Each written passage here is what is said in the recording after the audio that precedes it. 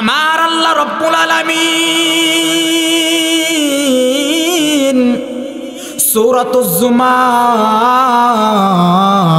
আমার বন্ধুগণ 24 নম্বর পারা, আমার বন্ধুগণ 53 নম্বর আয়াতে আমার আল্লাহ পাক রব্বুল আলামিন আজকের এই কীর্তনিয়া এলাকার মানুষ সহ আমার বন্ধুগণ তামাম বগুড়া জেলার মানুষ সহ তামাম বিশ্বের সমস্ত মানুষদেরকে আমার আল্লাহ পাক রব্বুল আলামিন আজ থেকে 1500 বছর আগে আয়াতে কারিমাটা কোরআনুল কারীমের মধ্যে নাজিল কইরা দিয়া আমার আল্লাহ পাক রব্বুল আলামিন ডেকে ডেকে জানায় দিলেন, বান্দারে গুনাহ কইরা কইরা আসমানটা যদি ভইরা যায়, গুনাহ কইরা কইরা যদি জমিনটা ভরে যায়, গুনাহ করে করে যদি পাহাড় সমপরিমাণ হয়ে যায়, আমি আল্লাহ পাক রব্বুল আলামিন গুনাহ মাফের জন্য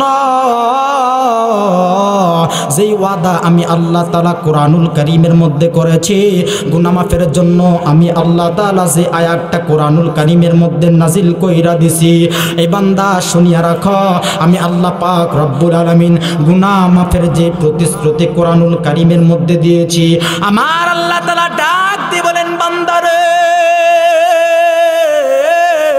আমি আল্লাহ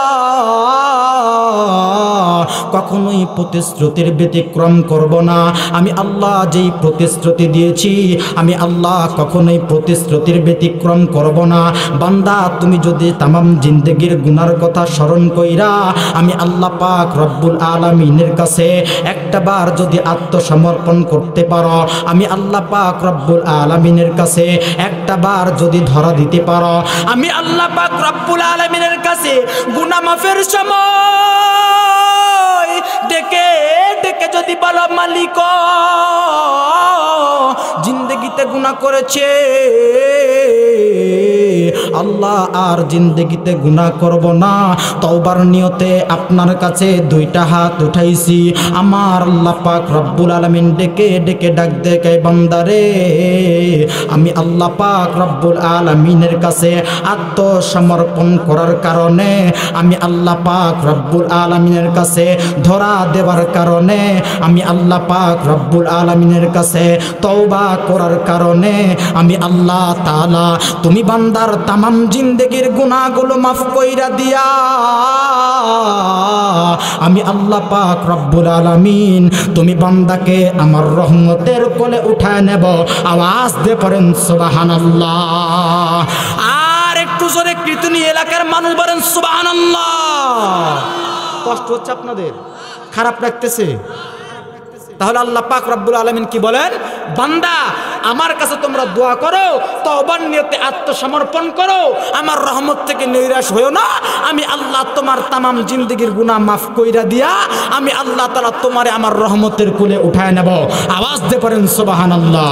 মুসলমান বন্ধুরা আমার, আল্লামা জমিরউদ্দিন নানুপুরী রহমাতুল্লাহি আলাইহি উনার কিতাবের মধ্যে সুন্দর করে লেখেন যে শুধুমাত্র আল্লাহ পাক রব্বুল আলামিন বান্দার জিন্দেগির গুনাহ মাফ করবে না, আর বান্দাকে আল্লাহ তাআলা শুধুমাত্র তার কোলে উঠায় নেবে না, রহমতের কোলে আল্লাহ উঠায় নেবে না, আল্লাহ পাক রব্বুল আলামিন ওই বান্দাদের জন্য 3টা পুরস্কারের ব্যবস্থা করছে। সুবহানাল্লাহ কয় না রে? কয়টা পুরস্কারের ব্যবস্থা করছে?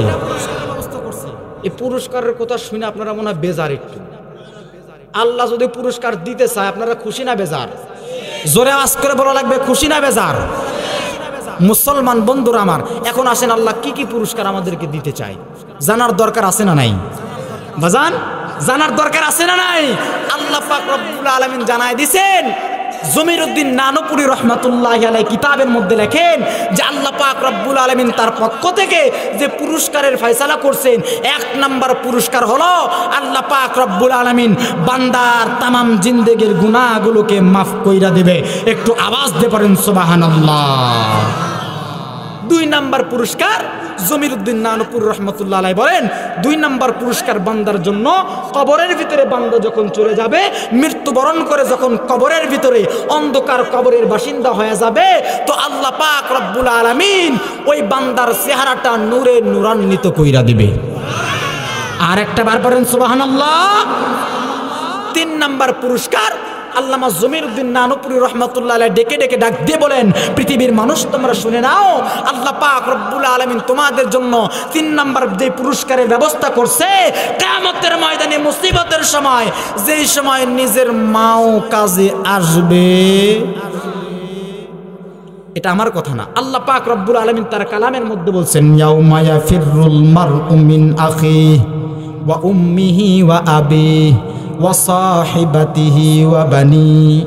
আল্লাহ তাআলা বলেন, কিয়ামতের ময়দান এত ভয়াবহ একটা ময়দান হবে, যে ময়দানে আপন ভাই ভাইকে ভুলে যাবে, আপন ভাই ভাইকে ভুলে যাবে। নিঃস্বার্থভাবে পৃথিবীর ভিতরে মহব্বত করে একমাত্র মা, যে মার মতো দরদি পৃথিবীর ভিতরে আর কেউ হইতে পারে? 10টা মাস 10 দিন সন্তানকে গর্ভধারণ করে মা খাইতে পারে না, ঘুমাইতে পারে না। মা যখন খাইতে যায়, সন্তান যখন মায়ের পেটে থেকে একটা লাথি মেরে দেয়, মা খাবার প্লেটটা একটা সেঙ্গা দিয়ে দূরে ফেলায় দিয়া ডুকরে পরে গড়াগড়ি করে কান্না করে। সেই মা, মহাব্বতের মা, কিয়ামতের ময়দানে ভুলে যাবে, কাজে আসবে না সেই দিন। ওই মুসিবতের দিনে, যেই দিন মা বলবে আমার কোনো সন্তান নাই, আমার তো কোনো বিবাহই হয় না, ওই মুসিবতের সময় আল্লাহ পাক রব্বুল আলামিনের ঘোষণা, জমিরউদ্দিন নানুপুরি রহমাতুল্লাহ আলাইহি বলেন, আল্লাহ পাক রব্বুল আলামিন তোমাদের জন্য 3 নাম্বার যে পুরস্কার রেখেছেন, এই পুরস্কারটা হলো আল্লাহ পাক রব্বুল আলামিন তোমাদের শরীর থেকে কাফনের কাপড়টা খুইলা দিয়া আল্লাহ তাআলা তোমাদের শরীরের ভিতরে জান্নাতের পোশাক পরায় দেবে। আওয়াজ দিয়ে বলেন সুবহানাল্লাহ। পুরস্কার 3টা শুনে আপনারা খুশি না বেজার? বলেন তো সবাই খুশি না বেজার? আর আপনারা সকলেই কি এই পুরস্কার নেবার জন্য রাজি আছেন তো? কথা বলেন, রাজি আছেন তো?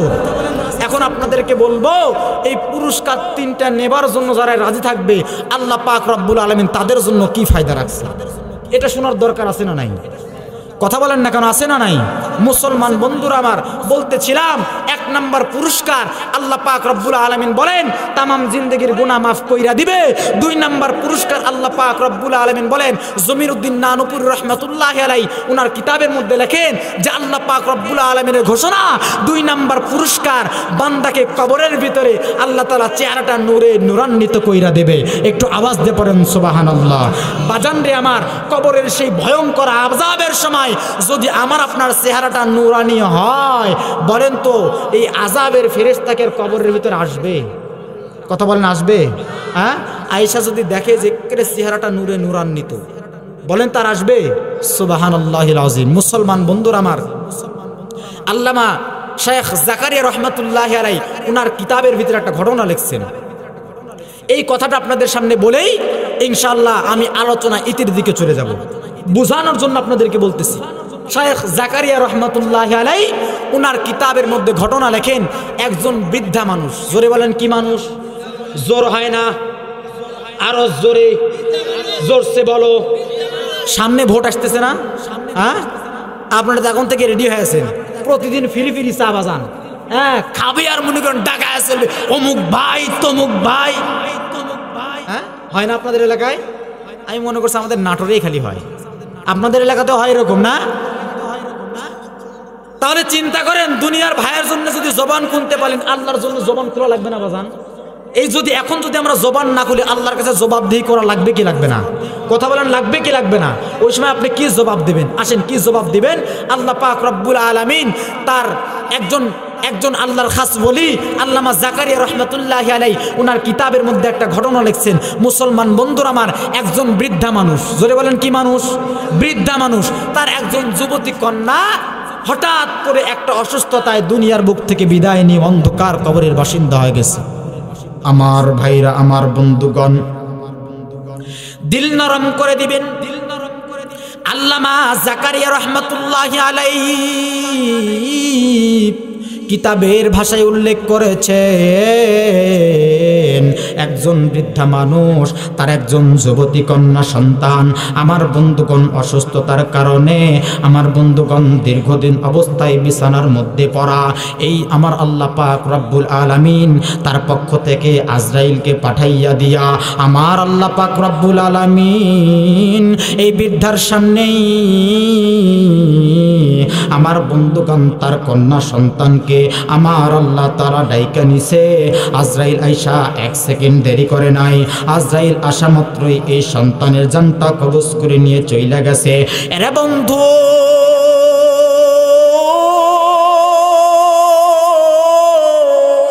দরদের মায়ের সামনে হযরত আজরাইল আইসা দরদের মা, এই দরদের মায়ের সামনে হযরতে আজরাইল আইসা দরদের মেয়ের জানটা কবজ করে নিয়ে চইলা গেছে। আমার বন্ধুগণ এবার মা বড় পাগল পারা, মা খাইতে পারে না, ঘুমাইতে পারে না, সন্তানকে বৃদ্ধা মা এত মহব্বত করে, মা খাইতে পারে না, ঘুমাইতে পারে না। একটা সন্ধ্যা এই সন্তানকে সারা দুঃখিনী মা খানা খাই নাই, একটা রাত্র এই সন্তানকে সারা মা কোনোদিন ঘুমাই নাই। এই সন্তানকে দুনিয়ার বুক থেকে বিদায় নিয়ে চইলা গেছে।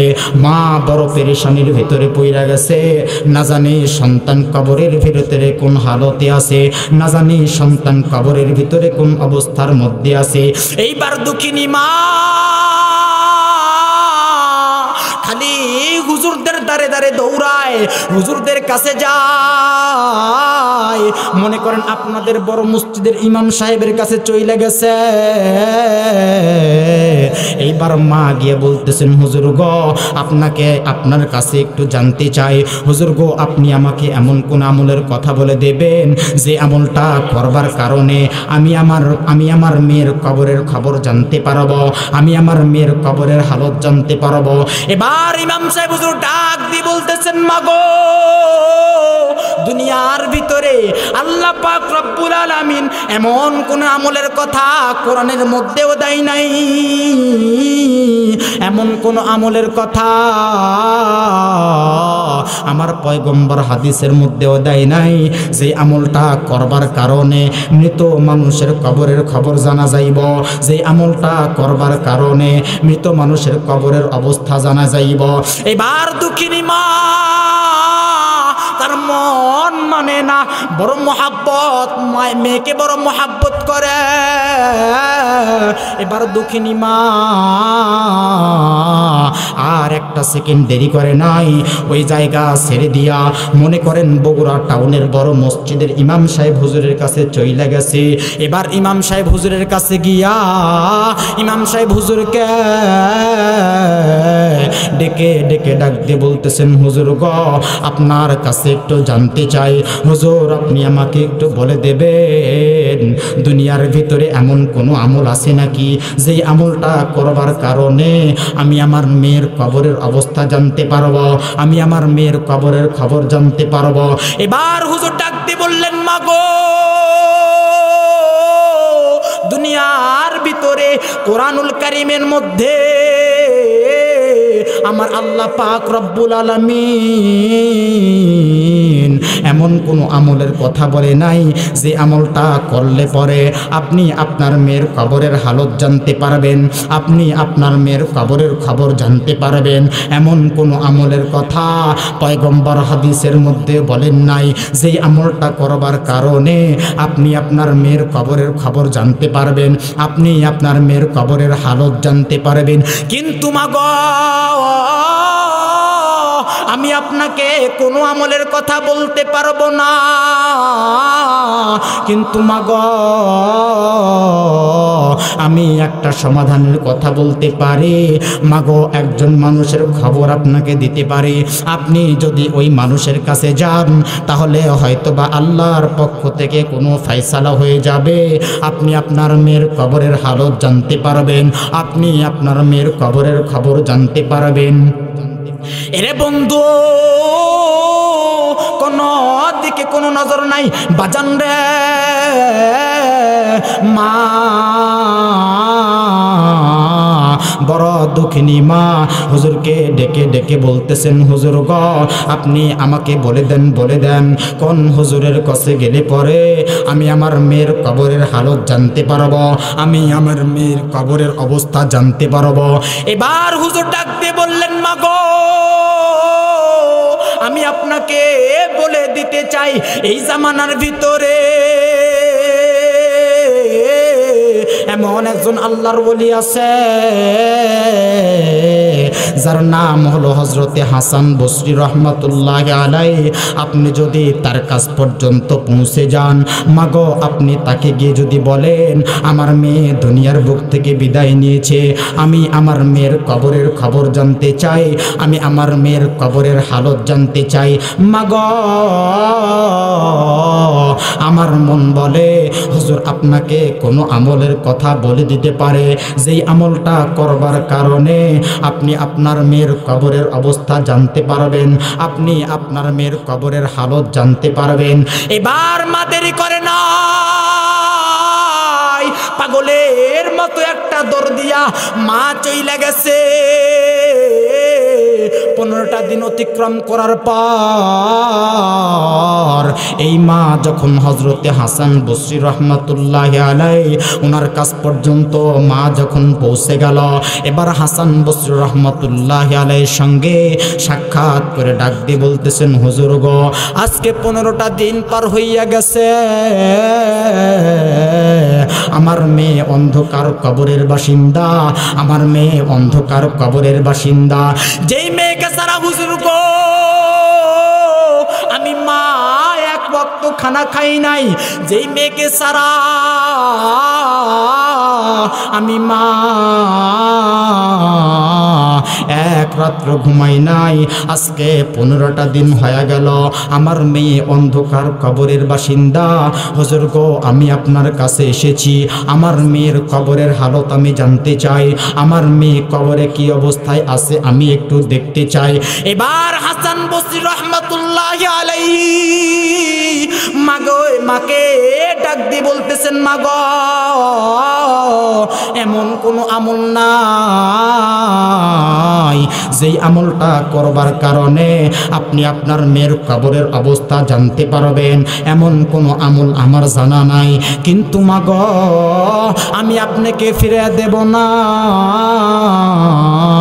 আমি আপনাকে একটা আমলের কথা বলে দিতে পারি, আমি আপনাকে একটা আমলের কথা জানাইতে পারি, যদিও বা আমলটা আমার পরিলক্ষিত নয়, যদিও বা আমলটা আমি কারো কাছ থেকে জানি নাই, আমি হাসান বসরি নিজে আমল করেছি, মাগো এই আমলের কথা আপনাকে বলে দিতে পারি। এবার মা ডাক দিয়ে বললেন হুজুর আমলটা আপনি আমারে শিখাইয়া দেন মুসলমান বাজান রে। এবার হাসান বসরি রহমাতুল্লাহি আলাইহি মাকে ডাক দিয়ে বলতেছেন মাগো আমলটা করবার আগে আপনার কাছে একটু জানতে চাই, মাগো আপনি কি 5 ওয়াক্ত নামাজ পড়েন? সুবহানাল্লাহ বলেন না। হুজুর ডাক দিয়ে বলতেছেন মাগো আপনার কাছে একটু জানতে চাই মা আপনি কি 5 ওয়াক্ত নামাজ পড়েন? মা ডাক দিয়ে বললেন হুজুর গো 5 ওয়াক্ত নামাজ যে পড়ে না সে কি আবার মুসলমান থাকে নাকি? কথা বলেন। মা ডাক দিয়ে বলতেছেন হুজুর 5 ওয়াক্ত নামাজ যে পড়ে না সে কি আবার মুসলমান থাকে নাকি? এবার হযরতে হাসান বসরি রহমাতুল্লাহি আলাইহি মাকে ডাক দিয়ে বললেন মা গো যদি আপনি 5 ওয়াক্ত নামাজ পড়েন তাহলে আজকের আমলটা আপনার জন্য। মা গো আজকে আপনি বাসায় চলে যাবেন, আপনি আপনার বাড়িতে চলে যাবেন, আপনার বাড়িতে যাবার পরে আপনি জায়নামাজটা সুন্দর করে বিছাইয়া দিয়া এই জায়নামাজটা খাটটা বিছানোর পর মাগো আপনি সুন্দর করে এশার জামাত কমপ্লিট করবেন। এশার নামাজ আদায় করবার পর মাগো আপনি এবার নাজাই নামাজের ভিতরে সুন্দর করে দাঁড়িয়ে যাবেন। মাগো এই যাই নামাজের ভিতরে দাঁড়ানোর পর মাগো আপনি অতিরিক্ত 4 রাকাত নামাজ পড়বেন। মাগো প্রথম রাকাতে আপনি সূরাতুল ফাতিহা তেলাওয়াত করবেন। সূরাতুল ফাতিহা তেলাওয়াত করার পর মাগো আপনি সূরাতুল আনকাবুত তেলাওয়াত করবেন। সূরাতুল আনকাবুত তেলাওয়াত করার পর মাগো আপনি সূরাতুল আলাম নাশরাহ তেলাওয়াত করবেন। এইরকম ভাবে আবার আপনি দ্বিতীয় রাকাতে দাঁড়িয়ে যাবেন। মাগো আপনি দ্বিতীয় রাকাতে দাঁড়ানোর পর মাগো আপনি আবার সূরাতুল ফাতিহা তেলাওয়াত করবেন। সূরাতুল ফাতিহা তেলাওয়াত করার পর আপনি সূরাতুল আলাম নাশরাহ তেলাওয়াত করবেন। মাগো এরপরে আপনি বৈঠক দেবেন। আমার বাজান রে হাসান বসরি রহমাতুল্লাহি আলাইহি ডেকে ডেকে বলতেছেন মাগো আপনি সূরাতুল আলাম নাশরাহ তেলাওয়াত করার পর আপনি একটা বৈঠক দিয়ে দিবেন। আপনি বৈঠক দেবার পরে মাগো এবার আপনি তৃতীয় রাকাতে দাঁড়িয়ে যাবেন। তৃতীয় রাকাতে দাঁড়ানোর পর মাগো আপনি আবার সূরাতুল ফাতিহা তেলাওয়াত করবেন। সূরাতুল ফাতিহা তেলাওয়াত করার পর মাগো আপনি আবার সূরাতুল আলাম নাশরাহ তেলাওয়াত করবেন। মাগো আবার আপনি চতুর্থ রাকাতে দাঁড়িয়ে যাবেন। মাগো আপনি আবার সূরাতুল ফাতিহা তেলাওয়াত করবেন। সূরাতুল ফাতিহা তেলাওয়াত করার পর মাগো আপনি আবার সূরাতুল আলাম নাশরাহ তেলাওয়াত করবেন। এইভাবে 4 রাকাত নামাজ পড়ার পরে মাগো এইবার আপনি সুন্নত মোতাবেক ডান কাত হয়ে যখন ঘুমিয়ে যাবেন আর যতক্ষণ পর্যন্ত আপনার চোখের ভিতরে ঘুম না আসবে মাগো ততক্ষণ পর্যন্ত আপনি নবীজির উপরে দরুদ পড়তে থাকবেন। আওয়াজ দিয়ে পড়েন সুবহানাল্লাহ। আর একটু জোরে পড়েন সুবহানাল্লাহ। নারায়ে তাকবীর। আওয়াজ মনে হচ্ছে আবার কমে যাচ্ছে খালি। আর আমার আওয়াজ কমতেছে না আপনাদের আওয়াজ কমতেছে? হ্যাঁ সুবহানাল্লাহ। বাজান রে আমার আজকে মুসলমানরা দুনিয়ার জমিনের ভিতরে মায়ের খাওয়ার পিছনে প্রথম নাম্বার কারণ হচ্ছে মুসলমানদের আওয়াজ নাই। জোরে বলেন কি নাই? আওয়াজ নাই। দেওবন্দের একজন বড় আলেম ছিলেন আল্লামা কাসিমি রহমাতুল্লাহি আলাইহি। ইনাকে একটা জানাজা শিয়ারা একটা জীবিত যুবককে মৃত সাজাইছে। জীবিত যুবককে কি করছে বলেন? মৃত সাজাইছে। সাজানোর পরে জানাজা করানোর জন্য হুজুরের কাছে নিয়ে আসছে। এটা আসলে মূলত উদ্দেশ্য তাদের ছিল যে হুজুরকে অপমান করবে। মানে হুজুর যখন জানাজার মধ্যে দাঁড়াইবে আর ওই শিয়া যুবক খাটিয়া থেকে ওটা দৌড় দিবে, অপমান অপদস্থ। এমন একটা ফিকির ওই শিয়ারা করছে। করার পরে কাসেম নানতুবি রহমাতুল্লাহি আলাইহি উনার কাছে নিয়ে আসছেন। হযরত কাসেম নানতুবি রহমাতুল্লাহি আলাইহি উনি এটা বুঝতে পারছেন যে যুবককে মৃত সাজাইয়া খাটিয়ার মধ্যে করে নিয়ে আসছে আমার অপমান করার জন্য। কাসেম নানতুবি রহমাতুল্লাহি আলাইহি এটা বুঝার পরে বলতেছে ভাই তোমাদের জানাজা তোমরা করো। এবারে শিয়ারা বলতেছেন হুজুর আপনি হুজুর আমাদের সবার, আমরা শিয়া হয়েছি তো কি হয়েছে, হুজুর আপনি আমাদের সবার, অতএব আপনি জানাজা করায় দেন। বলে বুঝো? বলে হ্যাঁ ঠিক আছে হুজুর জানাজা করায় দেন। বলেন তো উদ্দেশ্য ভালো না খারাপ? কথা বলা লাগবে বাজান। উদ্দেশ্য ভালো না খারাপ? খারাপ উদ্দেশ্য। জানাজা করা লাগবে। কাসেম নানতুবি রাহমাতুল্লাহ আলাইহি জানাজায় দাঁড়ায় গেছে। সুবহানাল্লাহ কয় না রে? কাসেম নানতুবি রাহমাতুল্লাহ আলাইহি জানাজায় দাঁড়ায় গেছে। জানাজায় দাঁড়ানোর পরে এবার আর ঠান্ডা মেজাজে নাই, গরম মেজাজে কাসেম নানুতুবি রহমাতুল্লাহি আলাইহি উচ্চ আওয়াজে বলতেছে আল্লাহু আকবার। কি বলতেছে? আল্লাহু আকবার। এক তাকবীর দিছে, দুই তাকবীর দিছে, তিন তাকবীর দিছে, চারটা তাকবীর দিয়ে ফেলছে। সুবহানাল্লাহ কোন? চারটা তাকবীর দিয়ে দিছে।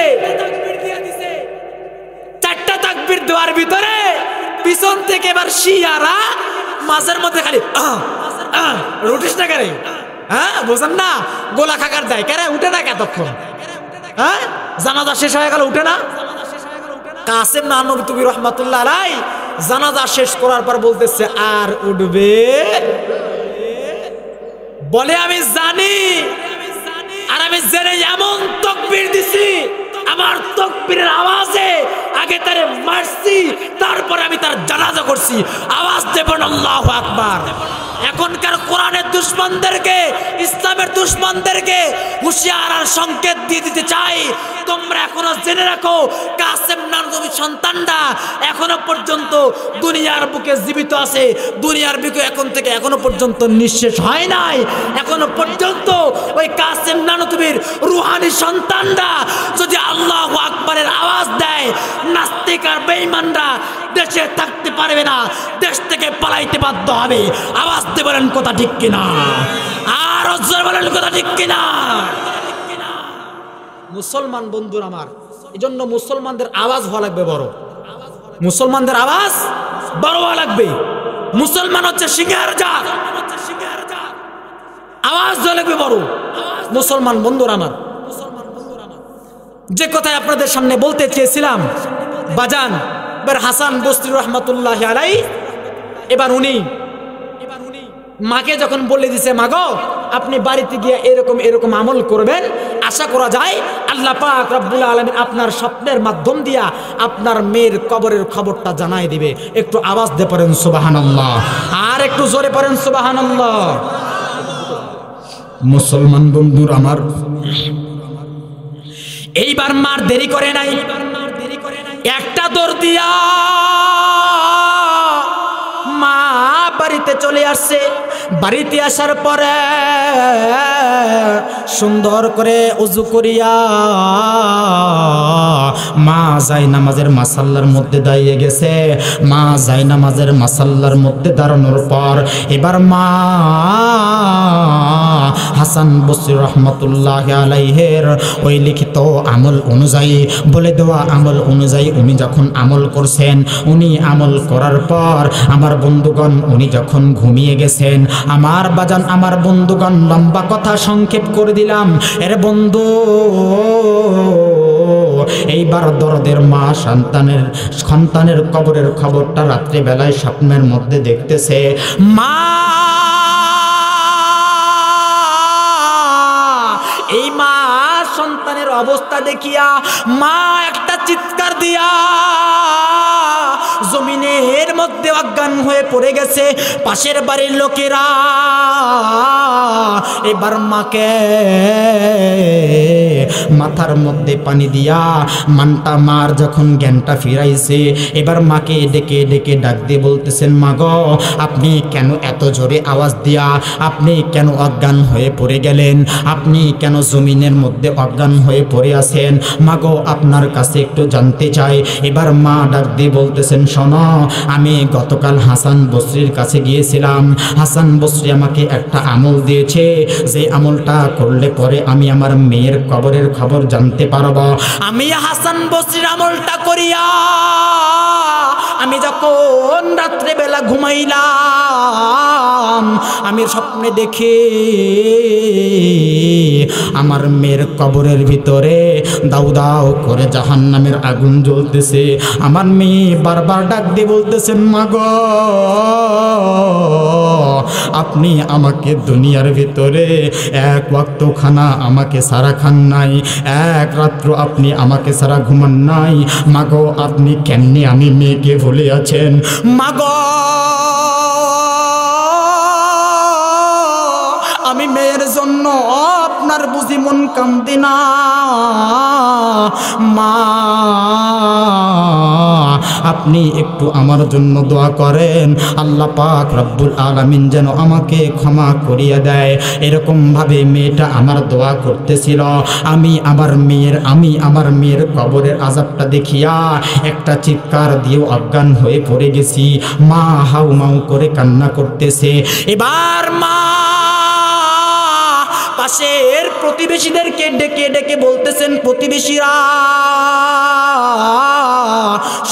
শুনে নাও, যেই হাসান বসরির আমল করে আমি আমার মেয়ের কবরের খবর জানতে পারছি, ওই হাসান বসরির কাছে যদি আবার যাই তাহলে হয়তোবা এর কোনো সমাধান মিলবে। এবার মা হাসান বসরির কাছে চলে গেল, ডাক দিয়ে বললেন, হুজুর গো, আপনি যে আমলের কথা বলেছেন ওই আমলটা করবার কারণে আমি আমার মেয়ের কবরের হালত জানতে পারছি, কিন্তু হুজুর গো, আমার মেয়ের কবরের ভিতরে তো ভয়ঙ্কর আযাব চলতেছে। হুজুর আপনি আমাকে এমন কোন আমলের কথা বইলা দেন যে আমলটা করবার কারণে আমি আমার মেয়ের কবরের আযাবটা আল্লাহ মাফ কইরা দিব। এমন কোনো আমলের কথা আপনি আমারে জানায় দেন, এমন কোনো আমলের কথা আপনি আমারে বলে দেন। এবার হযরতে হাসান বসরি রাহমাতুল্লাহি আলাইহি মাকে ডাক দিয়ে বলতেছেন, মা গো, আমি আপনাকে একটা আমলের কথা বলতে পারি, যেই আমলটা করবার কারণে আপনার মেয়ের কবরের আযাব আল্লাহ মাফ কইরা দিব। আপনার মেয়ের কবরের আযাব আমার আল্লাহ মাফ কইরা দিব। আপনার মেয়ের কবরটা জান্নাতের বাগিচা হয়ে যাইব। এবার মা ডাক দিয়ে বলতেছেন, হুজুর গো, আপনি আমারে সেই আমলের কথা জানাইয়া দেন। এবার ডাক দিয়ে বলতেছেন, এবার হুজুর ডাক দিয়ে বলতেছেন, মা গো, আপনি 1 নাম্বার আমল করবেন। আপনি আপনার বাসায় চলে যাবেন। আপনার বাসায় যাবার পরে আপনার বাড়িতে যত সম্পদ আছে এই সম্পদগুলি আপনি আল্লাহর রাস্তায় দান করে দেবেন। একটু আওয়াজ দিয়ে পড়েন সুবহানাল্লাহ, আর একটু জোরে পড়েন সুবহানাল্লাহ।